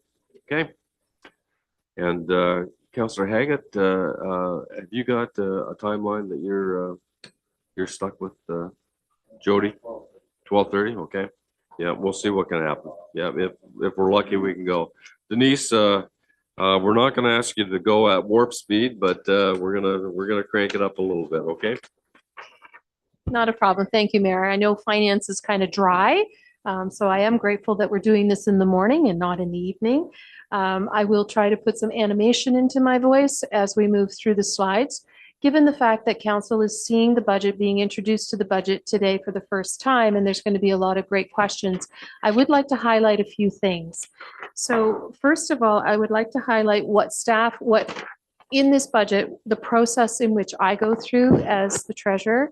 We look at corporate events. So for example, wages and benefits. We look at that as a global. We have contracts in place. We have a pay grid that's approved by council, and we align up those budget amounts based on the actual occurrence for wages and benefits for 2026. What I can confirm is I've gone through in complete detail of our requirements through contractual agreements with staff and contractors, and we have had savings in our wages and benefits from 2025. So, and it could be, without getting into previous treasurers or previous budgets that have been deliberated, it could be based on the method in which I've approached it. However, there are confirmed savings there. Some of the other things that I would like to highlight is when it becomes a operational expense, what normally happens, because we don't know how much utilities are going up every year, and we don't know how much the insurance is going up every year because we do budget so early in the process. I can confirm that I have used the September year over year for inflationary items in the budget. So when you're looking at something that is a repair and maintenance, a utility, fuel, rents, anything like that, staff have included a 2% increase year over year of those inflationary type accounts. I can draw a note to council that our OMPF has increased by 10.16% over 2025, and we are receiving an additional $113,000 in discretionary funding, and that is the pot of money that there are no attachments for the municipalities. And I can confirm historically, council at Southwest Middlesex has used that to offset the tax base. So that's great news.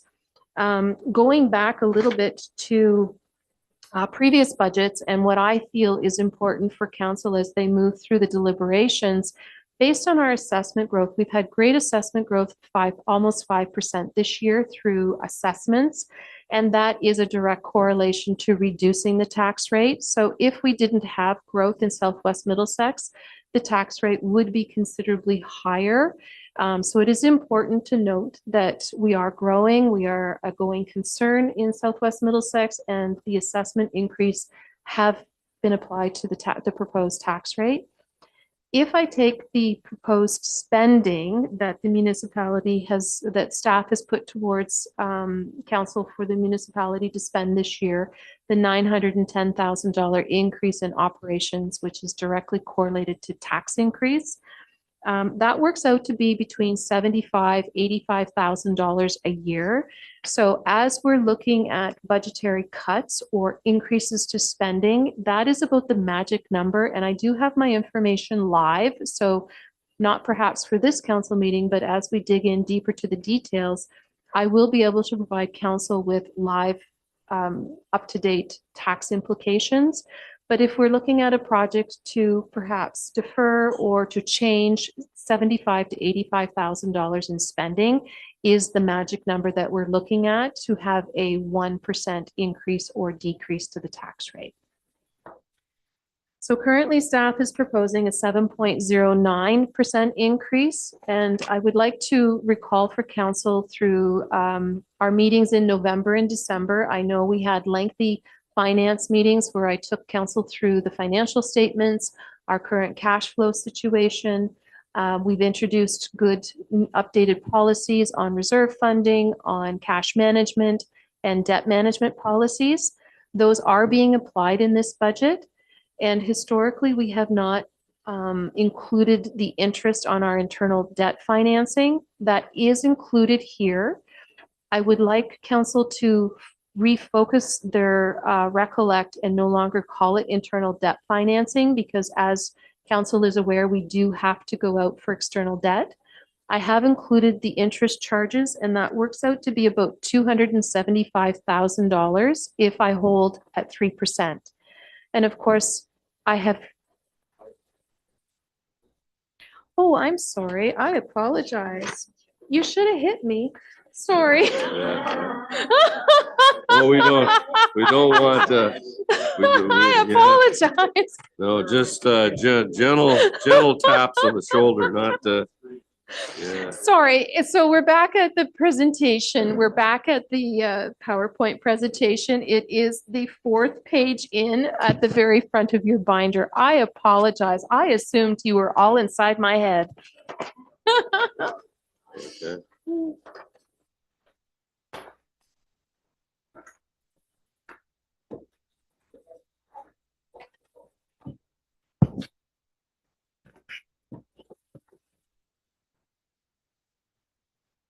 One more, Councillor McGill.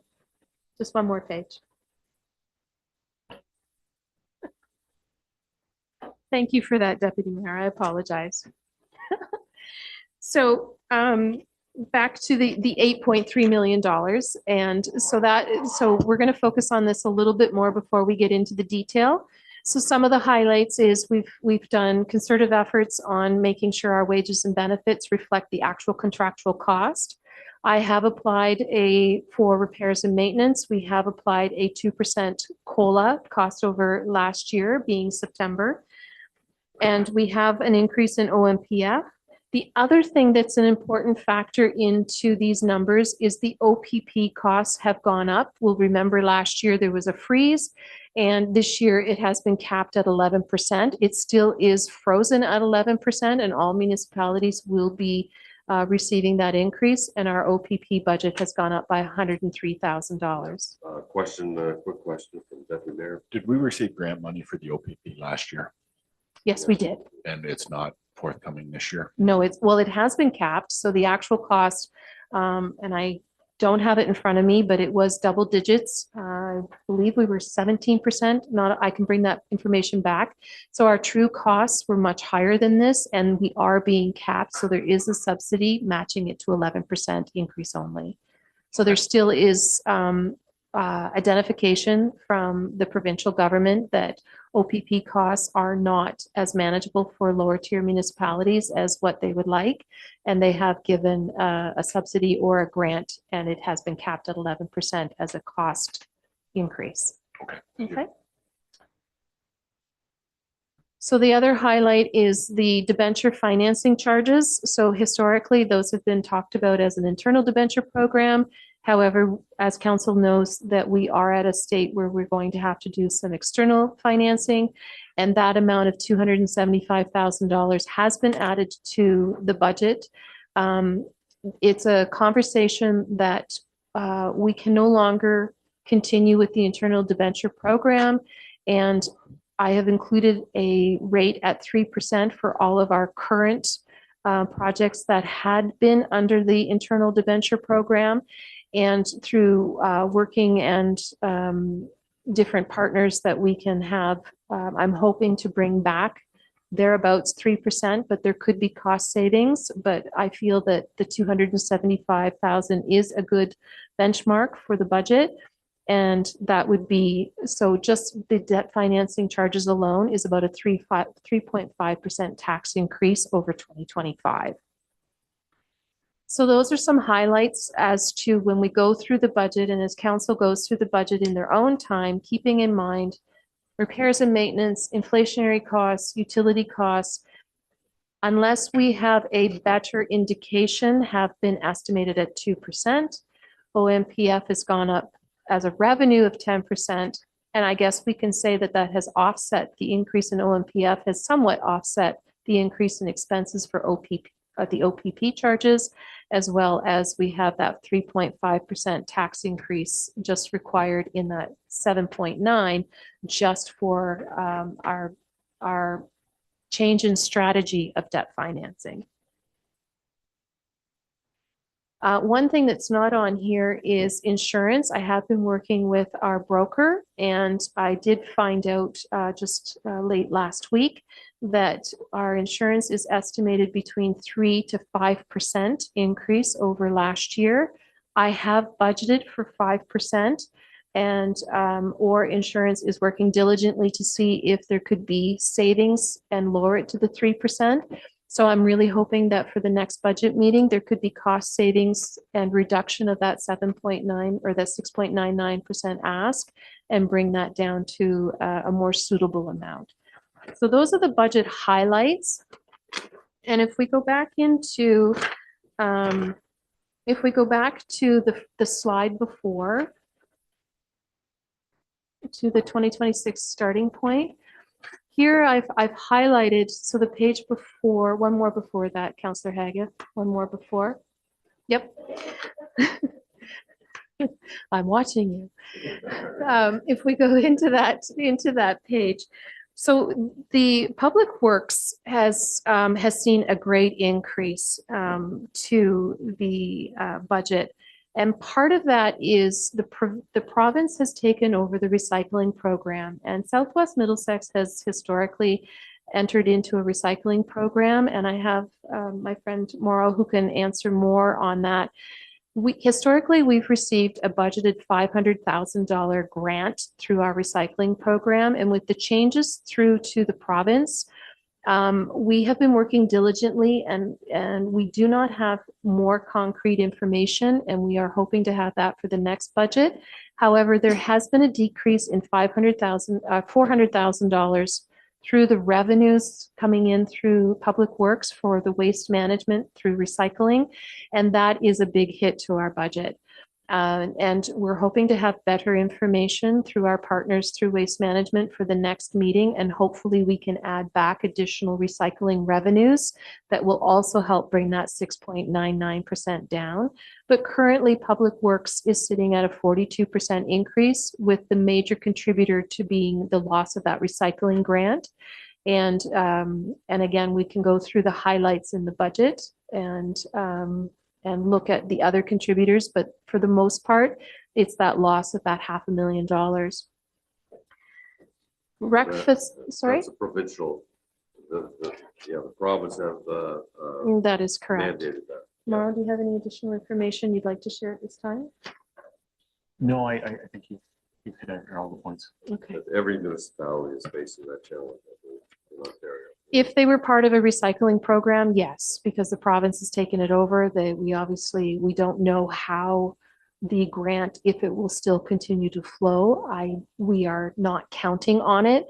So the other thing to remember is council's going through the budget. These are worst case scenarios. We haven't put any conservatory numbers in here. For example, the insurance, we're hoping it comes in at 3%. We've budgeted for 5% because our partners with OR Insurance have said budget between 3 and 5, and that is the worst case scenario. And we're hoping, he's working diligently to see if he can more finite that contract for us. So we may have additional savings through that. Facilities and recreation has increased by 18%. We have also, that is a large contributor of that 2% inflation charge because it is all repairs and maintenance. We don't know what's going to happen with the life cycles of the bricks and mortars that are in that particular department. We know that there are priority needs based on particular facilities as they sit with the renewal of the asset. And it also is a large contributor with the inflationary of the 2% that's in there. We have updated the revenues and to reflect also the fees and charges that council have approved, so that all of those additional revenues are in there, but it is sitting at an 18% increase. Fire is looking at a 14% increase with cost over revenues. The interesting thing about fire protection, when we talk about revenues, we don't budget for disasters. So we may have additional fire revenues that would be offset due to fire calls or additional grants or partnerships as they renew with Strathroy, Caradoc, or Newberry, and additional fire protection revenues that would come in through there that would see our actual costs reduced. But we don't budget for disasters, so those revenues would not be reported in the budget as they stand. Yep. Does that include the capital requests in this year's budget? Through you, Mayor, 14%. to the Deputy Mayor and Council, yes, it does.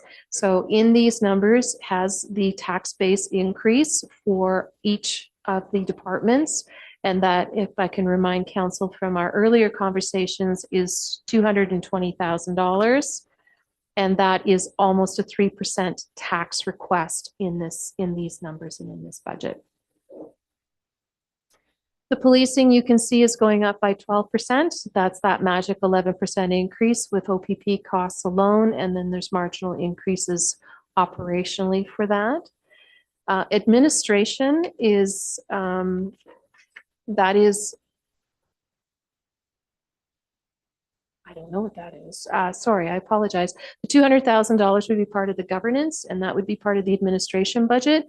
And that is highlighted at 2%. The details behind that is in a formula, and I apologize, I don't have that information at hand to speak into detail, but that would be in our government's budget.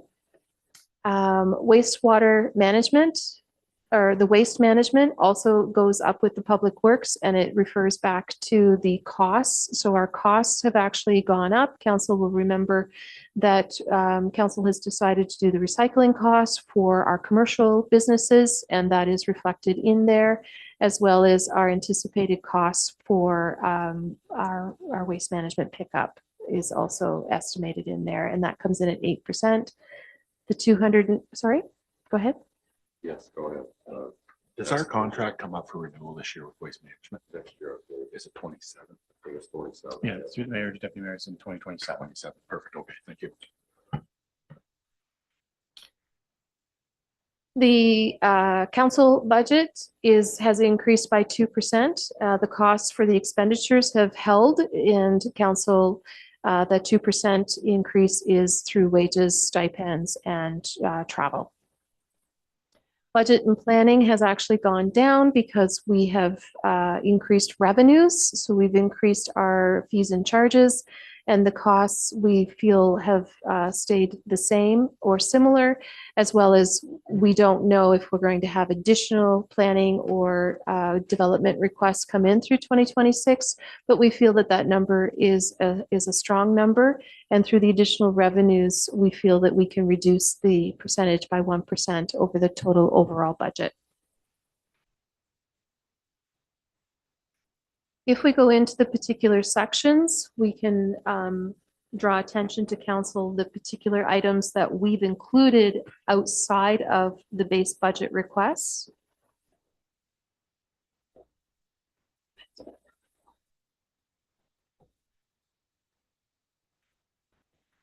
So if we go to the bottom line, that ties in with the first page that we had looked at.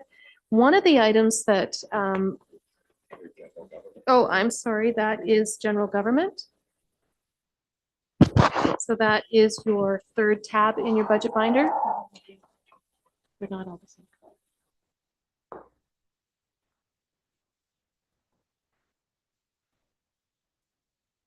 Councillor McGill, that would be your third tab in.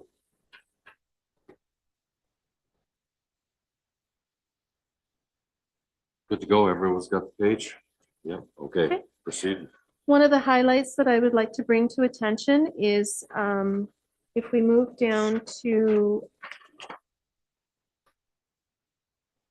If we go to page, the revenues are consistent. If we go down to page 4 of the general government budget, and we move to item A, you'll see on your right-hand side of the margin. So item A, this 2025 budget was 3,000. You'll see that staff has requested $30,000 for that budget to be increased. Is everybody on that Yep. $30,000 line? What that includes is we have staff have gone through the health and safety plans that are currently written through policy and through regulations. And staff is proposing a $30,000 budget for that particular line. And information details provided for that.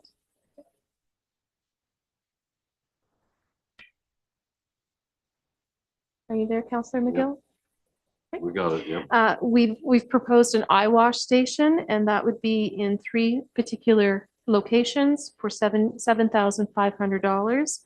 A flammable storage cabinet at Public Works for $6,500.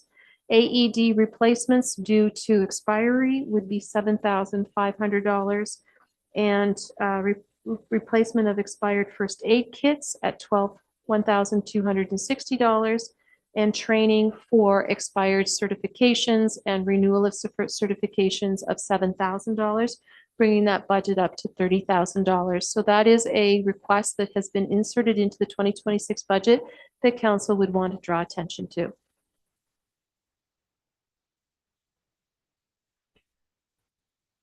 If we move down on that budget,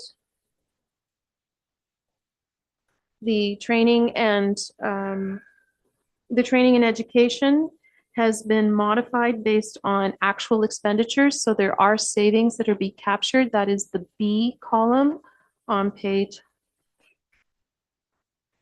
4. I apologize. So the approach that we're taking is moving a little bit quicker to highlight the impacts to the budget over last year. So I do apologize for any confusion on which page numbers.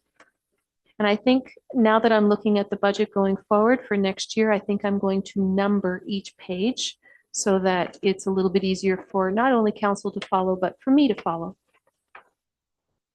So we have had savings in the education and training budget that I'd like to bring highlight to for council.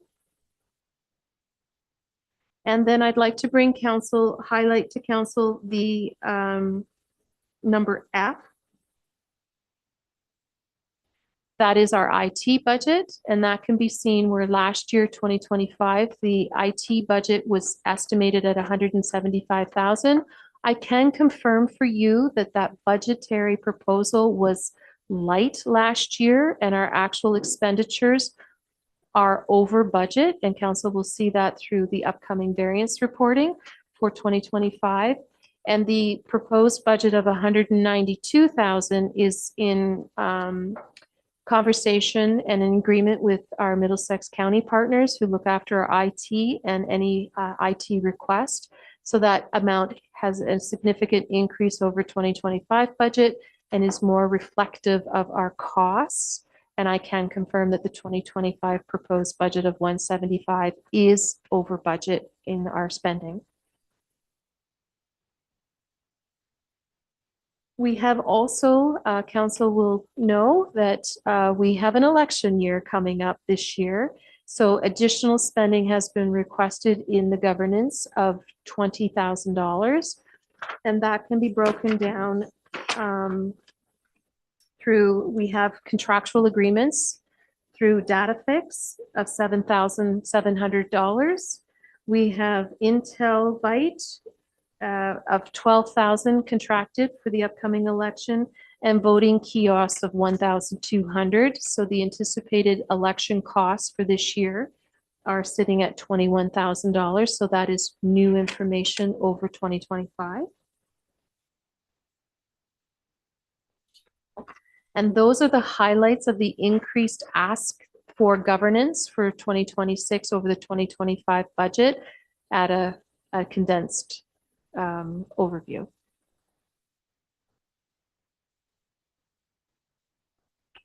Okay, council, any questions? Yeah, Amanda, any direction you want to take?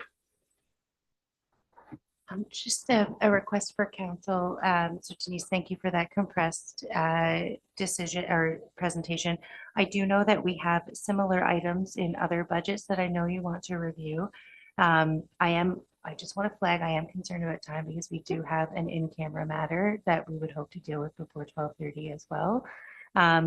So a suggestion, well, I think taking the time is absolutely important. So this is just for council's consideration. Perhaps staff at our next budget meeting could provide a written summary of all of the A to whatever in each budget, each section of the budget for council's review in advance of our next meeting. However, if council prefers to walk through it in this manner, I also don't want to interrupt that. It's up to council to prioritize their time, and I don't want to be the one who rushes along budget. I just am aware of everyone's limitations. So offering that as an option. I think it's important to address the in-camera meetings that we are going to be subjected to. So we certainly want to get through this. It may be an appropriate time to look at the recommendation that has been forwarded to us, that we receive this report for information only. And it has been, is it time for that? Suggestion might be, Denise, if council was willing, perhaps we could leave the operation budget.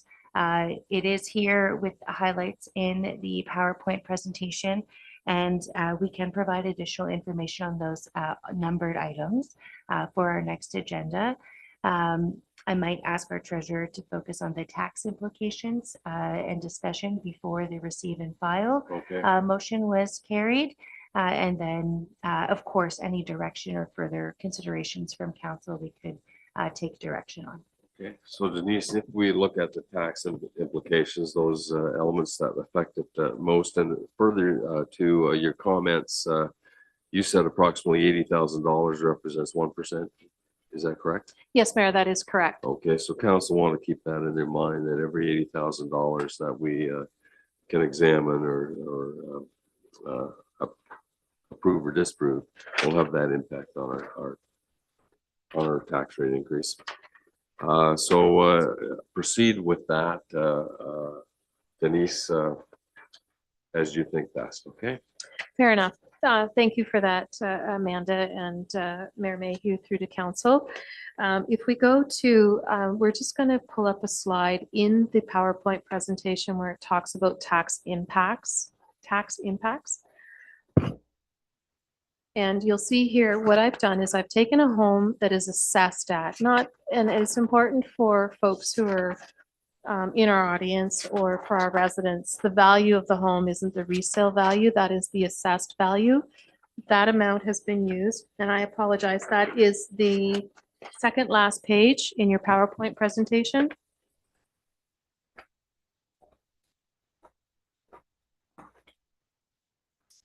So historically, council has had the privilege of prior budgets of giving the rate in scenario impact of a home that is assessed at $200,000. Go back to your very first section, the council presentation. The very front of the binder. Yep. Yep.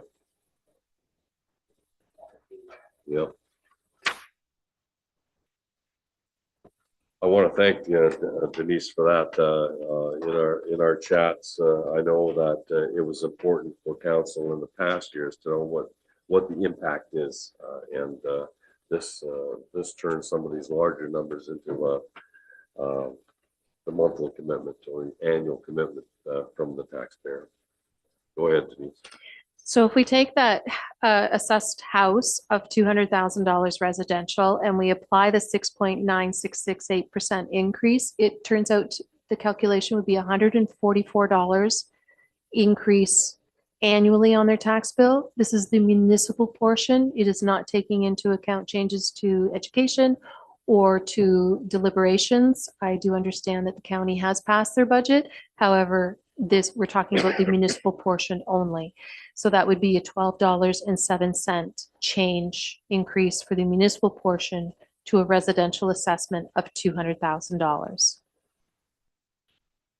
Okay, any questions from council?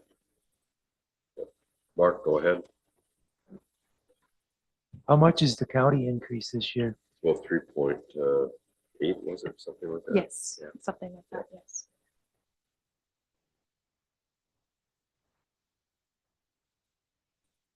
I can provide any additional information, but if we go to the real condensed version, just to summarize, spending is at 12.21% increase. Tax increase is proposed at 6.9668, which also includes the ask for capital tax implications.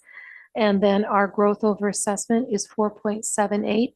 I'm happy to take any questions from council in regards to those numbers on how they were calculated or proposals for how staff can come back with additional information in the next meeting.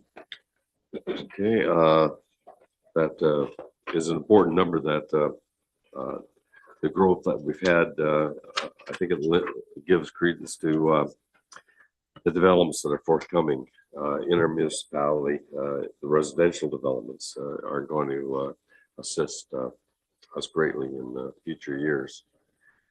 Okay, council, what's your wish? Now it's time to accept that recommendation.